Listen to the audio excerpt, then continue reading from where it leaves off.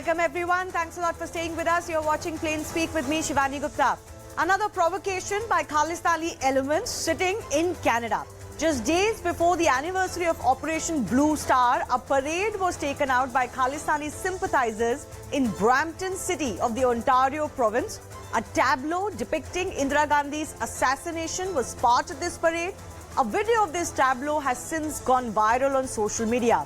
The video evoked a sharp reaction from the Congress party, which called for a quote universal condemnation. They even asked the External Affairs Minister to take this up officially with the Canadian authorities. Meanwhile, External Affairs Minister S. Jaishankar today slammed Canada for giving space to separatists and extremists, something India has been raising with them for a while. Earlier today, the Canadian High Commissioner to India tweeted that he was appalled by the incident and condemned the act. But is that enough? Time and again, we've seen Hindu temples and Indian consulates being vandalized, statues being defaced, Indian origin people being heckled in Canada by pro-Khalistanis with very little to no action against them. Why does the Trudeau government embolden such elements with no action? Are the Canadian authorities promoting terror and separatism for vote bank politics? We'll take that question to our guests in just a bit. First, take a look at what exactly happened. A 5-kilometer-long parade was taken out by Khalistani sympathizers on June 4 in Brampton. This was taken out 2 days before the Operation Blue Star anniversary. So this tableau depicted former Prime Minister Indira Gandhi's assassination with gory details hailing the act. It shows Indira Gandhi's idol as with a blood-stained sari, which had K flags and a poster right behind the idol that said revenge. Canadian envoy to India, as I said, Cameron McKay, condemned the action, but only after a full day of online anger against this piece of news. External Affairs Minister S. Jaishankar has issued a stern warning. He said first and foremost that there's a bigger issue when it comes to Canada. That issue is about space being given to extremists and separatists. Jaishankar slammed Canada for giving space to those advocating violence. He alleged that Canadian authorities are indulging in vote bank politics and even warned Canada that such incidents are not good for the relationship between the two countries. But this isn't the first time. Canada is a hub, and a known one at that, of Khalistanis who've always found shelter there due to political reasons. Even crimes of such elements go hardly acted upon. Here are some examples. So this is the Indira Gandhi assassination being depicted in a tableau that happened 4 days ago now. No action has been taken so far by any Canadian authority. Earlier this year in March, Indian High Commissioner's event was targeted in Surrey. Few others were also heckled by the K-mob. A case was registered, but the police is still looking for 3 suspects. Mind you, a lot of this is caught on camera. In February earlier this year, a Ram temple was defaced with anti-India graffiti and Mississauga. The authorities are still investigating the incident. In January earlier this year, again in Brampton, Gauri Shankar temple was defaced with pro-Khalistani graffiti. Even here, the Canadian authorities are still investigating the incident. Last year in July, Gandhi statue was vandalized in Ontario. Pro-K graffiti was sprayed on the statue. The case is still being investigated as a hate crime. We don't really quite know what has happened. Mind you, this is the same country that took away basic fundamental rights from its own citizens because they were protesting vaccine mandates while supporting farm laws blockades in India. Just goes on to show the politics, both national and international, of the Canadian government. So the big question we're debating today, with this K parade that is depicting Indira Gandhi's assassination, wanting to glorify it, exactly who is it catering to, and why is it that Canada doesn't act? Are they promoting terror now for votes?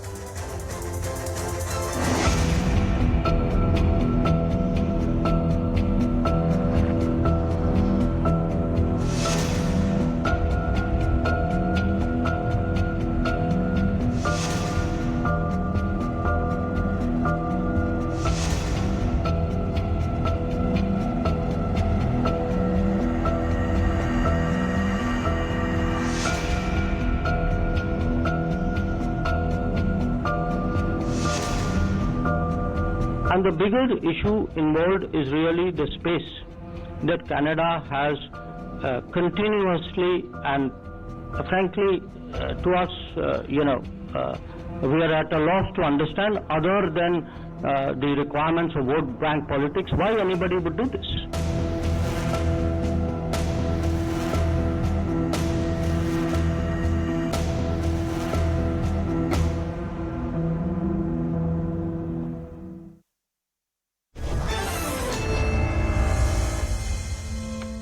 Let's go across to the guests who are joining us. Charu Pragya of the BJP will be with us. Sravanti Palwai of the Congress is with us. Ashok Sajjanhar is a former diplomat, and Dr. Kartha is former director, National Security Council Secretariat, also with us. Let me begin with the Congress representative, Palwai ji. I understand, of course, naturally that the Congress would be very upset, enraged, as would be any Indian, frankly. And I think it's been a day of outrage over this before even the Congress party reacted.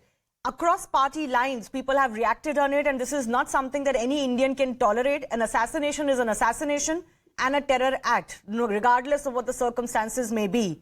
But, you know, one of the questions that comes to mind is that is the Congress party also not guilty of emboldening or shielding or ignoring such elements and their growing emboldened, the growing bravado even in India? The Congress has always stood very strong against extremism and terrorism. And they have taken, if you would see, if even today, if you're talking about the depiction of this, the tableau that happened in Canada, it happened because a Congress Prime Minister took a very strong stance against extremism, tried to handle it, and in fact eliminated the key persons in it. So if you're looking at it, the Congress has always stood against terrorism. They have fought it. They have always they have always put up a very strong and ironclad hand to suppress any kind of extremism or terrorism. So today, what happened or what is happening right now is alarming and a scary part of the political scenario that we are seeing. And it's something that happened in India that is reflecting out there in Canada. I didn't understand that exactly. What do you mean that what's happening in India is reflecting in Canada? Because this is not new for Canada. No. What I mean to say, the assassination of Mrs. Indira Gandhi happened in India because the Operation Blue Star was undertaken by her on the 6th of June, 1984, to handle the Khalistani movement. And this was, you know, any religious place is a very holy shrine for all of us, irrespective of whichever religion we all follow.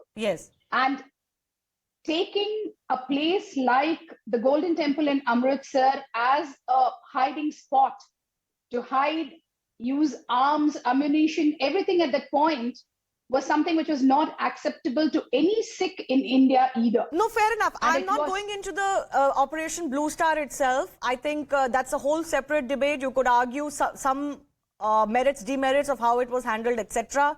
But I'm not going into that. What I'm saying, I want to understand from you is why do you think something like this has been allowed with such impunity in Canada? You yourself, while speaking earlier, have said this is not the first time that something has happened in Canada. In fact, if we go back and see when the Kanishka Airlines crash had happened, the kingpin was found to be in Canada. That was where the entire the plane crash was strategized, and the crash actually took place later on.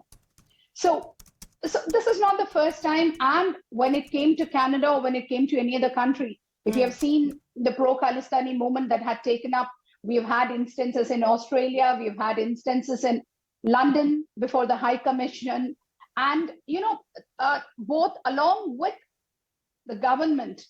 As the major opposition, the Congress party has always taken the same stance. No, in terms that's of what I was pointing to. Is not acceptable. Fair enough, but you know, that's what I was pointing to when I first asked you the question. That is the Congress recently not guilty of ignoring these elements, whether in India or overseas, in a bid for whatever your politics is? Because I remember how the Congress reacted when Canada was lecturing us on certain issues.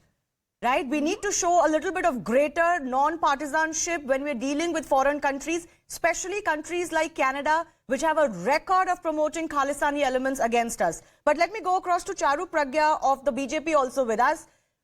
What more action, Charu, can we hope for from the government of the day? Yes, the External Affairs Minister has reacted. We've seen some statements being made, for example, by the Canadian High Commissioner to India. But we need more. This is a former Prime Minister of India who was assassinated, and glorification of this act cannot be permitted, even outside of India. Absolutely, Shivani, and I'm so glad that you're speaking so plainly about this, as is our External Affairs Minister. I don't know why Congress is mincing its words. Let's be very clear about one thing. It doesn't matter which party Mrs. Gandhi belonged to today. She was a former Prime Minister of our nation. Her assassination happened in this country, but after that, anybody who's been encouraging these Khalistani forces, separatists, extremists, anybody who wants to break up India needs to take responsibility of this event as much as those who organized it in Canada. There have been instances where, let me take examples. Captain Amrinder Singh ji multiple times said, do not change the leadership currently in Punjab because the new people you're getting in, Mr. Sidhu, for example, they are pro-Khalistani. They are not good for Punjab and they're not good for India's internal security. What did Congress talked about Congress's links to separatists, to Khalistanis? Have they taken heed of this? So it is the same whether the situation is in Canada where you are backing extremists and Khalistanis for a little bit of a vote bank, or right here in India where you're again backing the same kind of organizations and groups for a little bit of a vote bank. That needs to stop. There has to be a time when you have to put your country above your personal petty political interests. No, I'll also point out that while there was, there was a lot of political fight over it during the farm law agitation, there were very clear signs at that time, Charu, Pragya, that there were some Khalistani elements that entered into those protests. They were trying to garner attention because of those protests. The protest may not have started because of that, but there was clear infiltration. But when people used to talk about it, those people used to be projected as anti-farmer or anti-Sikhs. So what my point is that there are signs of this kind of activity even in India, and all of us need to speak in one voice, not only when it happens in Canada and when a brazen act like this happens in Canada, but even when small acts happen. At that time, Shivani, if I may, Trudeau had made statements which were supportive of the Khalistanis, not understanding that India knows what it is doing. These are our internal matters. And when we had solid proof that there was funding coming from Khalistanis, there was infiltration of this protest by the Khalistanis, and we took a firm stand against it. At that time also, the Congress party sided with the people who are not in our country, who live in Canada, and who are actually working very hard to bring India to a point where they want rights to break out again in Punjab. They want a separate state. Okay.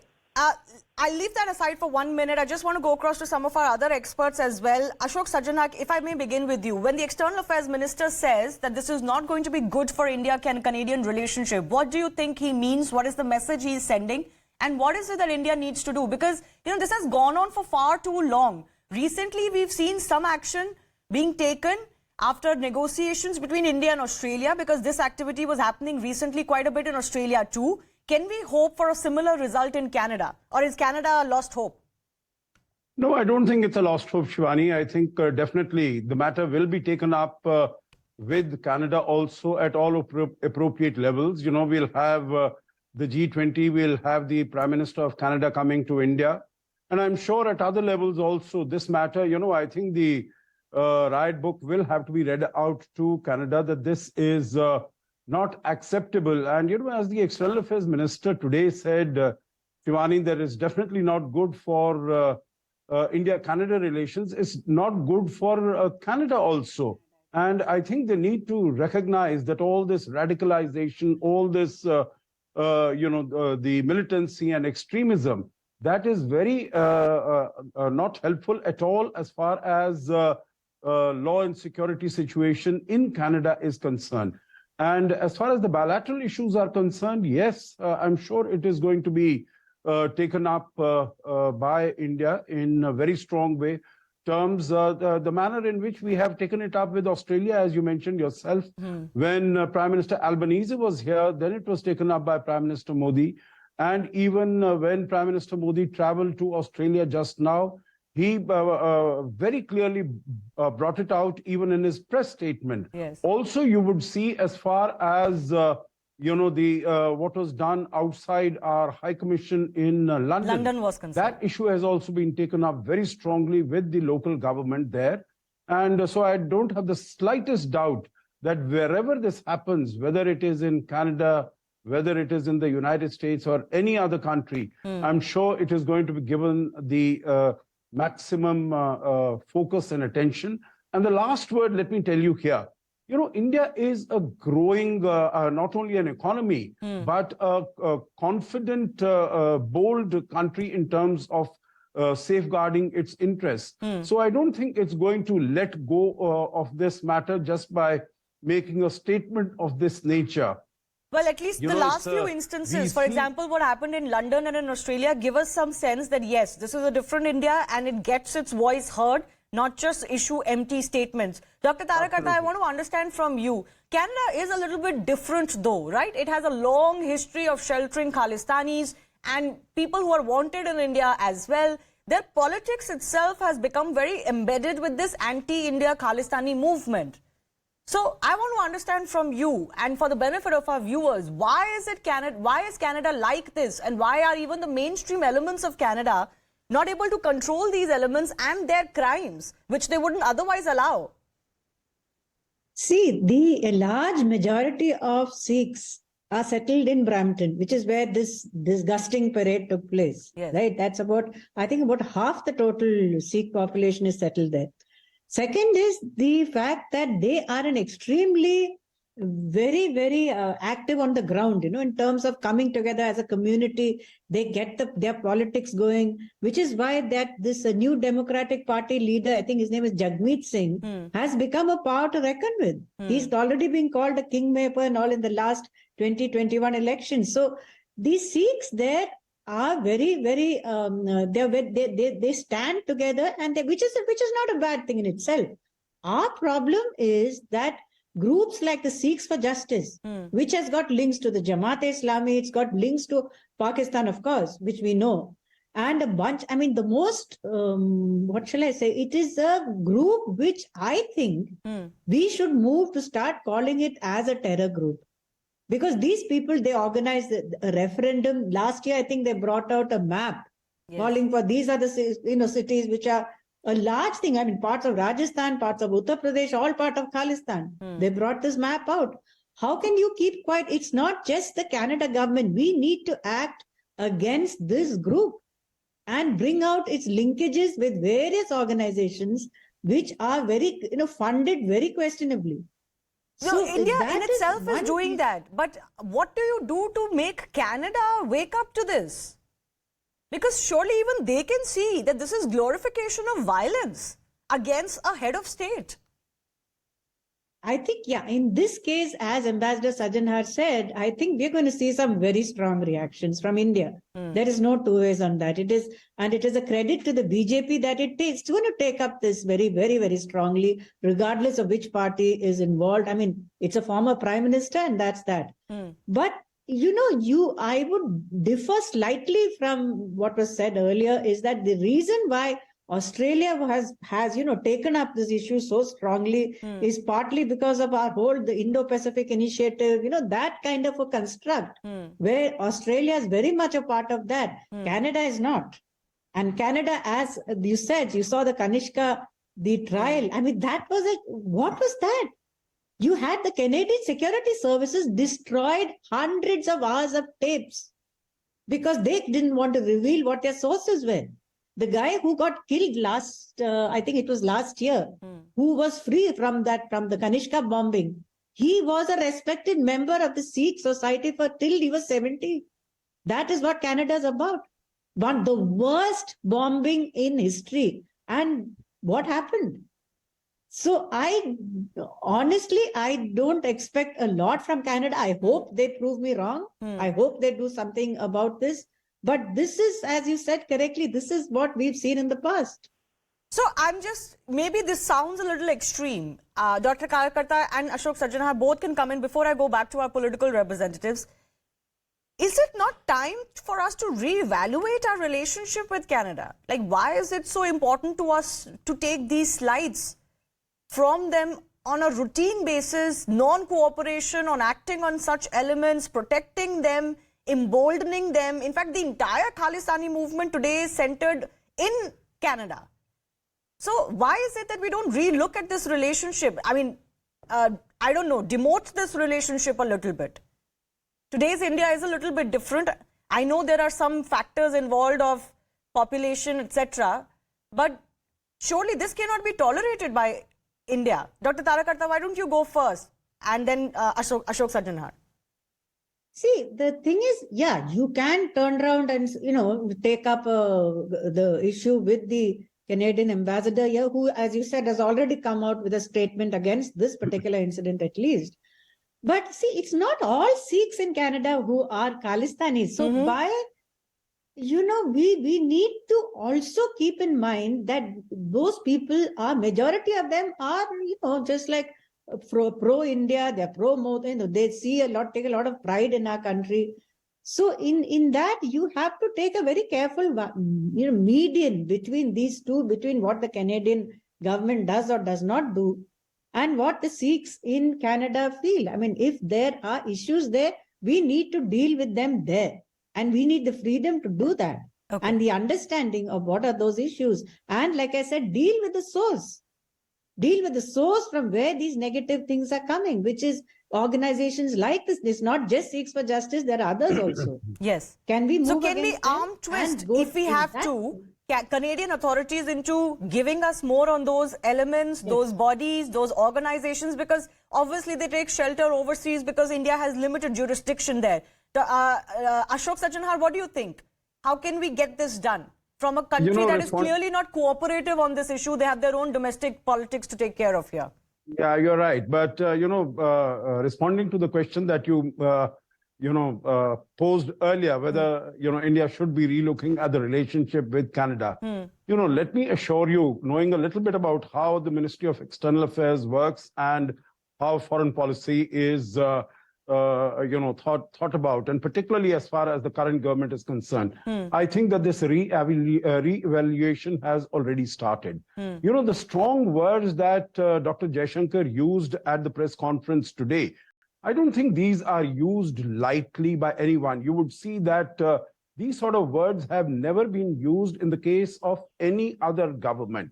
Whether it is the United Kingdom, it's Australia, no. I think it is in the case of Canada, it has been used that it is going to have a very damaging impact on our bilateral relations. So I think this rethinking, but it's not only going to be there. I think there are going to be parallel processes that are going to take place. And definitely, as far as what the Canadian High Commissioner here says, he has no choice, but that doesn't really satisfy us. No, absolutely. Those are just words which are not going to really assuage what India feels today because of this tableau. This is absolutely grotesque tableau. And it has happened. And if it wasn't for social media outrage, I don't think anybody in Canada would have even batted an eyelid. And I'm sorry, it reflects on the community there as well. If you don't act, if the community doesn't pressurize these elements in Canada to not do this, it reflects on them. So whether they're for them or not, it's a separate issue. But I have limited time. Let me go across to our political panelists once more time. Charu, Pragya, are you willing to walk the talk on this? To ensure that this is not repeated in Canada? Absolutely. I think India is a country which knows its place in the world now. We are very straightforward and we mean what we say and we do what we say. So I think there has to be no doubt in anybody's mind that the government of India is going to take this up very seriously. I just wanted to take a minute to talk about what you said about the community living in Canada as well. You're absolutely right. Indians who are living in Canada, Sikhs who are living in Canada, also need to take onus and responsibility of what is happening around them a little bit, because at the time of the farmer protests, I remember there were a lot of truckers on the streets of Canada with the flag of India. I still remember that visual. So if there is political patronage of one section of society which is Khalistani, it needs to be done away with, and the government of Canada needs to take action against those people. Right. No, understood. Ms. Pelwai, I want a final reaction from you. What is it that you want the government to do? Because this is not just about who's in power today. This is about India as a country. And surely all political parties must come together when it's international relationships like these. It shouldn't matter, what suits you today because you're in opposition. Yes, definitely. If you would see the statements made by our leaders on either social platform or outside, or irrespective of the party, We have appreciated the approach taken by the government. We are with the government in this because when it comes to India, no external force can ever damage the country or its citizens. We stand with the truth, we stand with what is right, and we are willing to stand and fight it out even on an international forum. That is exactly what a party states, and it is not just a one-off incident that we are talking about. Whatever is in the larger interest of the country, our party has always stood by it. We have always given a lot of importance to the external relationships that we have with other countries. Yeah, but we shouldn't aggravate some of these feelings and sentiments overseas. I'm reminded of this trip that I think Rahul Gandhi made to London where he pointed to a Sikh person and said that you are being made a second-class person in India. Now, that's obviously factually incorrect. It's statements like these, especially made overseas, which aggravate sentiments like these against India. Well, it emboldens them. No such incident has come to our notice where Rahul Gandhi himself is a very matured and a person who speaks out his heart. Undoubtedly, he is a kind of person who calls spade a spade. But I do not agree that he has tried to incite someone into some kind of communal or any kind of political drama around whatever comments he has made. No, I do not agree to that. And we stand by what we said. Okay, let's hope that everybody can be together on this and show external forces that all parties are together. Yes, Charu, Pragya, 20 seconds, please. Yeah, very quickly. So, Mr. Gandhi needs to be reminded that he not just supports other countries when they make statements against India. He is also one who goes to another country and says other countries are not interfering enough in Indian democracy. So I'm sorry, Congress also needs to do some introspection today. It's very easy to say that Mrs. Gandhi was from our party. I totally oppose. This is factual. This is 100%. No, this is not factual. All of this is on public record. This is all he has said. On public record. Do you not remember Mr. Gandhi saying that very good Mr. Trudeau, thank you for interfering in India, and when he was in London, no, please do not try to put words into his mouth. All right, that's a separate issue. We've discussed that enough when he went to London and also recently when he was in the US. I do thank all of our guests for joining us. Let's hope Canada is actually sent that message and taught a lesson that this cannot be tolerated anymore.